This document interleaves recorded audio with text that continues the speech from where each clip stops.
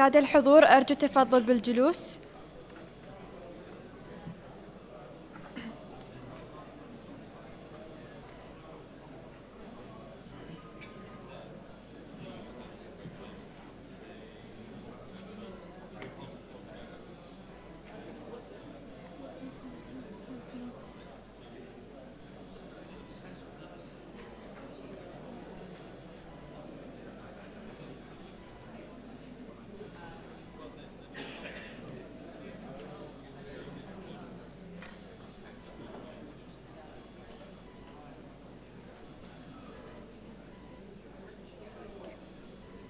Welcome back, ladies and gentlemen.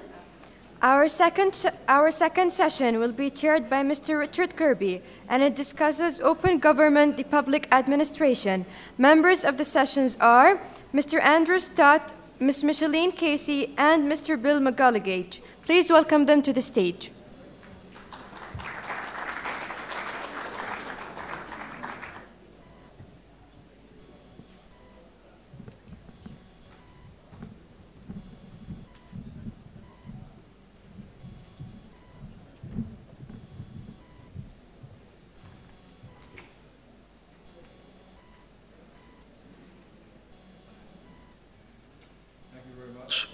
We're going to start the next session. The first speaker is Mr. Andrew Stott. Just a quick bio on Mr. Stott. He was the UK First Director for Transparency and Digital Engagement. He led the work to open government data and created DataGov UK. And after the 2010 election, he led the policy development and implementation of the new government commitment on transparency of central and local government.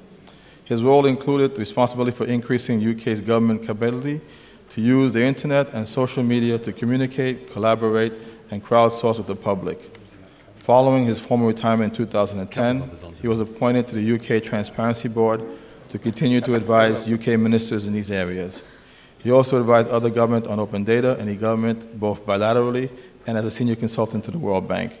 He's an expert advisor to the EU Citadel on the Move, Program City Level Open Data, and he's also a member of the advisory board of the Open Knowledge Foundation, of Open Corporates, the open database of the corporate world. Mr. Stott, you have the floor, sir.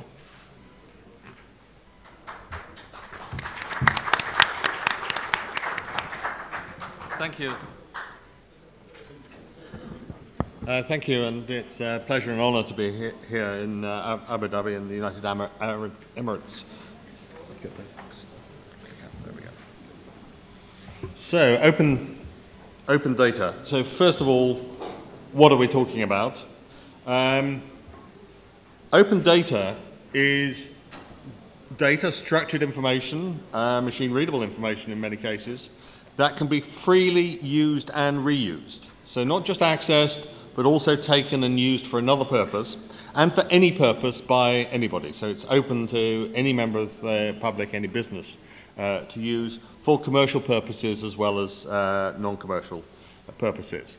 And the basic thesis of government open data is that government has a vast amount of information. It gathers information in the course of its work, and it also generates information about itself. It's information that's of interest to lots of people. It's data about health, it's data about education and schools, it's data about crime and policing and justice, and it's data about the environment, pollution, and so on. And it's also data about politicians and about government themselves.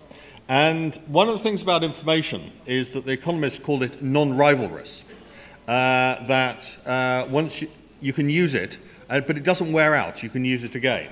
And the idea of open data is just because it's been collected for one purpose and the government has finished with the use of that data, doesn't mean that other people can't have bright ideas of how that data can be used. And making it available unlocks those new ideas. And why have governments taken to this? Well, there have been three main policy objectives. The first is to create new economic and social value. And I'll be giving some examples of where people have come up with innovative uses of government data that the government had never imagined. I've not brought my glass of water. Thanks. The second is using that data to improve public services, and particularly getting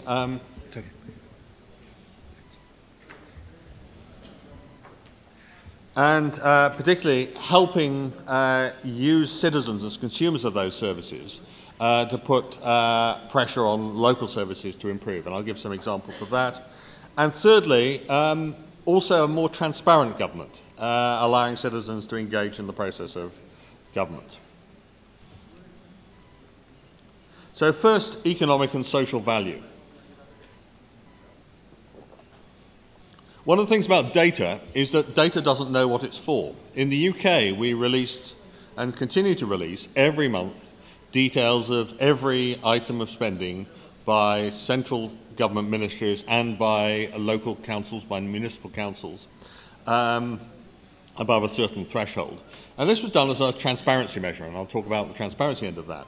But a firm called Spikes Cavell saw a business opportunity in this data. They take the data because hidden in there is actually details of which ministry is buying what goods from what supplier at what price. And they take the data and they clean it up and analyze it and basically extract that information, and they sell it as business intelligence to suppliers to government. And as a result of this, the market to supply government has become more competitive. More SMEs, small and medium-sized enterprises, can now compete because there's more transparency in that market. And Spikes Cavell have made a business out of it. In Denmark, they decided to have one national address register and to make it free. So any business in Denmark and any public service in Denmark is always using the same accurate, up-to-date address register. In the first 5 years, which included the setup cost within the Danish government, they had a 22-to-1 return on investment over the first 5 years. On a steady state now, because they're just in maintenance mode, they have 70-to-1 return on investment from this project. The economic value of that data returns 70 times what the cost to the Danish government of producing it is. In medicine in the UK, we release anonymised details of all the prescriptions written by all the doctors in the National Health Service, and a firm called Mastodon C, who are a startup who have been incubated by the Open Data Institute, and Richard will talk about that later, have taken that data, crunched it using big data techniques, and are starting to find very strange and interesting and financially relevant patterns in the prescribing.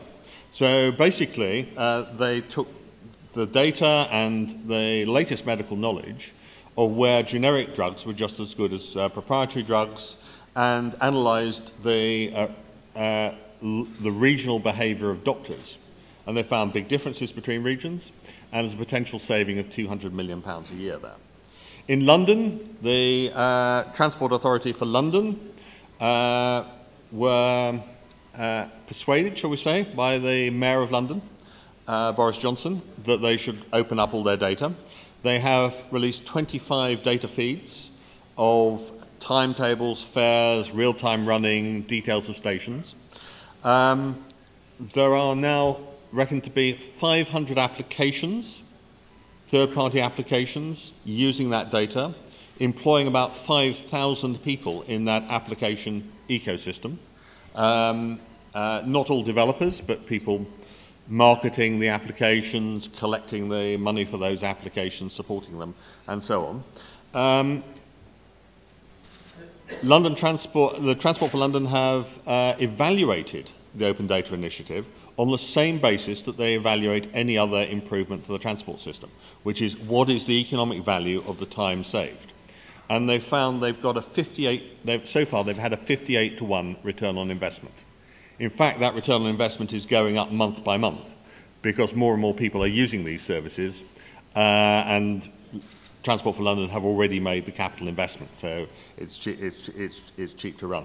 What's more, Transport for London no longer make their own applications.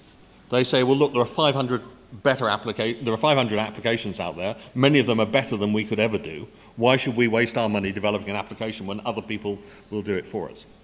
In the UK, there are sensors in the motorway networks where there's congestion today, but a company called Elgin thought, well, each municipality keeps a register of future roadworks, future where utilities are going to dig up the road or the roads are going to be maintained. And perhaps you could take that data and sell it to logistics companies so they can route their trucks away from where the congestion is going to be tomorrow. And this has overall a 28-to-1 return on investment.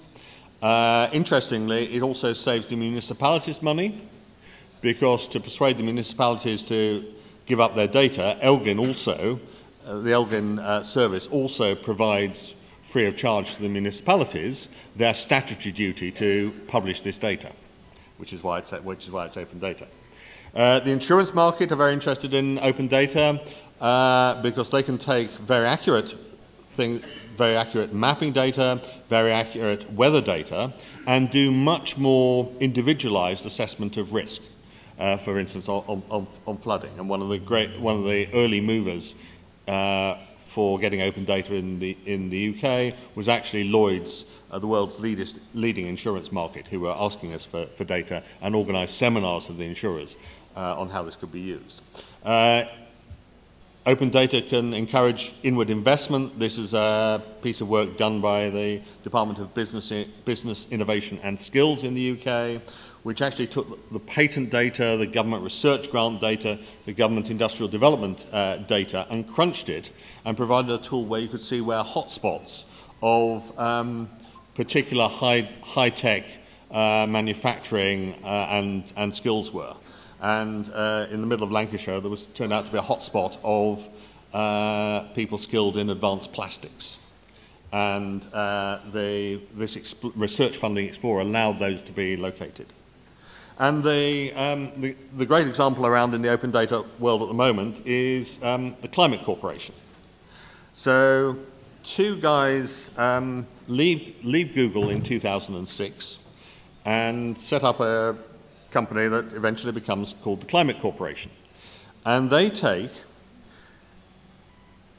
60 years of data about crop yields in the continental United States, several decades of weather observations for 1 million different points in the continental United States, and 14 terabytes of soil data for the United States. And basically, they apply big data techniques to all that, and they can tell you, and particularly they can tell a farmer, if he plants a certain strain of a certain crop in a certain field, what the yield will be, average yield will be, and what the variation will be. And they partnered with some financial services companies then to write a form of insurance that insured the farmer to a level of a minimum yield.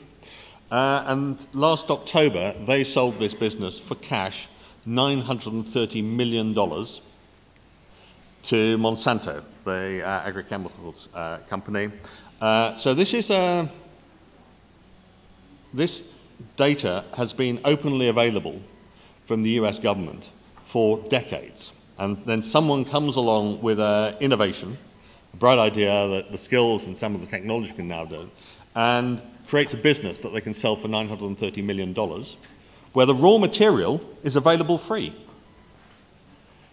So that's the process. And the US government had never thought of doing this. The US government had collected this data, probably like many governments around the world. They think farmers have got nothing better to do than fill in forms. So the US government had collected this data, had never really used it or crunched it or seen this possibility. And suddenly some people come along with the bright idea of how to use it. Nellie Kroes, the Vice President of the European Commission, has called data the new gold, and indeed the studies for the European Commission have predicted a business benefit of between 27 and 40 billion euro a year from open data, and in fact the benefit to Europe as a whole of 140 billion euro a year. So most of the benefit of open data actually passes through the businesses that build data-rich services and benefit consumers in either the personal sector or in the private sector. Open data is being used to improve public services, the performance of individual schools, the performance of individual hospitals. These are the 3 National Health Service hospitals closest to where my mother lives, and green is good and red is bad. So probably won't be going to the one which is actually closest to her. Performance of the local police and the courts. So crime maps data is very much valued. The police.uk, which is the website that publishes the individual crime reports on a map so you can see your locality, has 26 million visits a year. A third of the UK population are aware of it and have visited it. It influences house prices.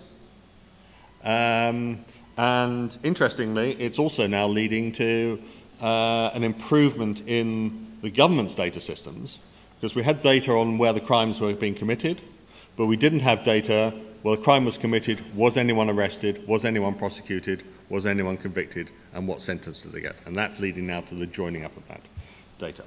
And finally, more transparent government. It's not the open data isn't the magic solution to making government better, but it can help along the way. Things like where does my money go, giving citizens and taxpayers a better understanding of where their money is spent. Is the money being well spent?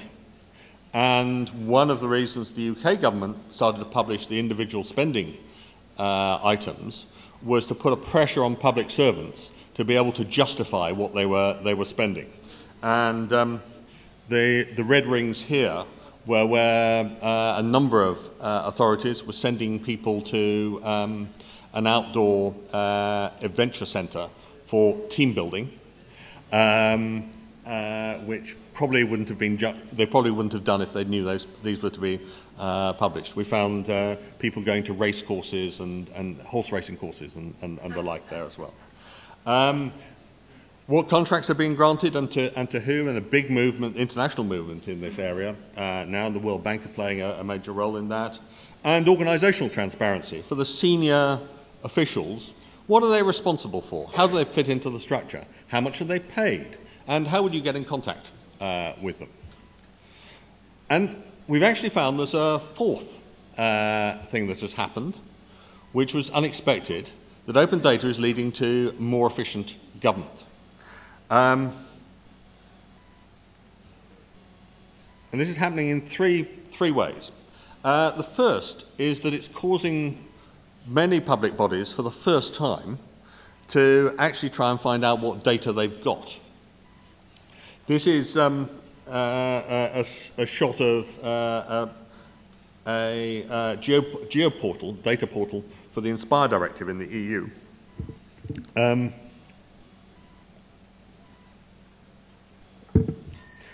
And public bodies and national governments in the EU are obliged to do this. And they thought it was going to be all cost, that someone else would benefit. It turned out in Spain, when they did the analysis, and there's no reason to think that Spain are unusual here, the government itself had an 8-to-1 return on investment through setting up this geoportal, that it could actually find its own data through the geoportal. The province of British Columbia in Canada set up an open data portal, openness, we want economic innovation and the like, and they found that a third of the downloads from their open data portal were coming from the government of British Columbia itself, which they traced by the IP addresses. So actually, people within the government were using the portal to find the data because it was far easier than trying to find it within the government. And it's also leading to better sharing of information. In theory, public bodies, one ministry will share data with another ministry. All someone who wants the data has to do is ask. If you've ever worked in government and have tried to ask, you ask someone for the data, why do you want it? What are you going to do with it? Well, we're too busy to produce it. And Greater Manchester in the UK justified their whole open data initiative on the savings they would make through being able to share information between the 7 municipalities, the health service, the police, and the fire service in the Manchester area. And finally, you can actually harness citizens to help improve that data. In the UK, we released data on 300,000 bus stops, where they were located, what the services there were, and so on. And OpenStreetMap, who are the sort of Wikipedia of maps, a sort of crowdsourced map, came to us and said, well, we'd like to put this data on OpenStreetMap, but some of it isn't right. You know, bus stop in the middle of a lake, that's not a very useful bus stop. And they actually ran an exercise which validated these 300,000 data points. 18,000 of them needed correction. Location, sometimes they were just on the wrong side of the street, and that data then was fed back into the government and was used to improve the government system. I'm short of time, so just some very quick points of lessons learned along the way. In data.gov.uk, we've released over 10,000 data sets. It's been a combination of leadership. Both Prime Ministers have personally identified with the programme. We've harnessed the demand, listened to and harnessed the demand from businesses and citizens. Increasingly, we're trying now to release the data that people want, that people request, and there's an easy process for requesting data, and that's the data that gets prioritised. It's been an incremental delivery. This is 4 years, over 4 years now. We started with just over 1,000 data sets. There are now, I think at my last count, 10,700. Interestingly, we've started to put on there the 4,000 data sets that we know the government has got, but hasn't yet published, and you can find those and you can request those, and we'll prioritise further release by that. Clear Common Licensing, the UK Open Government Licence, basically says you can use this data for anything you like, but you must acknowledge it came from the government, you mustn't claim government endorsement, and the government gives no guarantee, financial or otherwise, that this data might be right. We've promoted the use of data, engaging all the time with developers. It's not just a matter of putting the data out on a portal and waiting for something to happen. You've got to engage with the developers, have that conversation. And Incubator, what we call an open data ecosystem. The School of Data, tools to use that like CCAN, the Open Data Institute that Richard will be talking about later. And ladies and gentlemen, thank you very much.